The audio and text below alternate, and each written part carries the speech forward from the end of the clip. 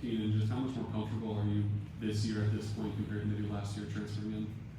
Yeah, super comfortable. I think kind of like some of the guys in our room. Once you got a year under your belt, you know that's kind of your biggest leap, right? Especially for incoming freshmen or people like me, maybe transferred to a different school. Once you have that first year under the belt, you feel way more comfortable in the scheme, way more comfortable in a new city, new place. So for sure.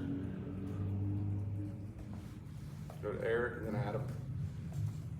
From a health perspective, kind of how you felt in the spring, and how close do you feel like you are getting back to where you were prior to the year? Feel good. Just happy to play football again. It's kind of what I want to do. I don't think I could take another chance just sitting on the sideline or watching the snap. So to be playing, I'm just super grateful, and I feel healthy. I feel strong. I feel like the triceps coming along in a good way. So excited for the future. Adam. What's the hardest part, the hardest adjustment with this team compared to what you had played in before? I wouldn't say necessarily it was like a hard adjustment. I'd say sometimes, you know, maybe terminology of those type of defensive schematics might take some time just to learn new terms, but wouldn't say it necessarily was difficult, more just learning the system and how they run it. Go to Reese. We've heard your nickname in the back here. We've heard your nickname is Uncle Grandpa. What's your take on that and how that nickname come to pass? Well, that probably means Coach Inge came in here at some point. So, yeah, man, I accepted my role. I just laugh about it. You know, obviously I'm older, and it's kind of the joke of the room because we also have a heavily young side room, so it's funny seeing those dynamics. Austin. Keenan, how do you balance, the contact versus not getting too much this spring just because you want to stay healthy for fall?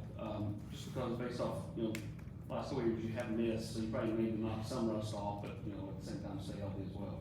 Yeah, for sure. I think the biggest thing for me is what I've learned over the years is I gotta trust the people who know more than me, and just trusting whatever parameters they give me, or maybe they say do this, maybe I think I should be doing something else. So I just do what I'm told, and I feel like the people who have been placed here, especially at Tennessee, we have so much resources and people who have education for those type of things. So I just listen, and then when I get my time to work, I work.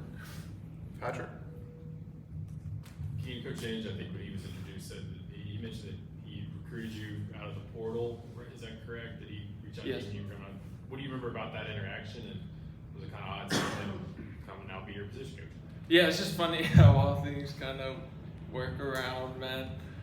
In the end, and it took me a minute to kind of connect the dots and the faces and who, but it's super cool that he ended up here. Anything else, Paige?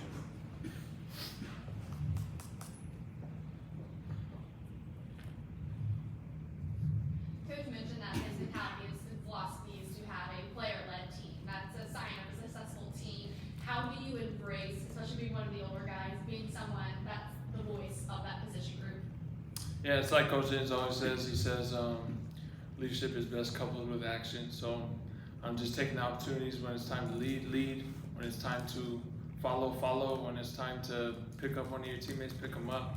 And then when it's time to maybe push your teammates a little further, make sure you push your teammates. And it's really as simple as that. I feel like when it comes to leadership or what he wants for the room or for this team, leadership is best coupled with action.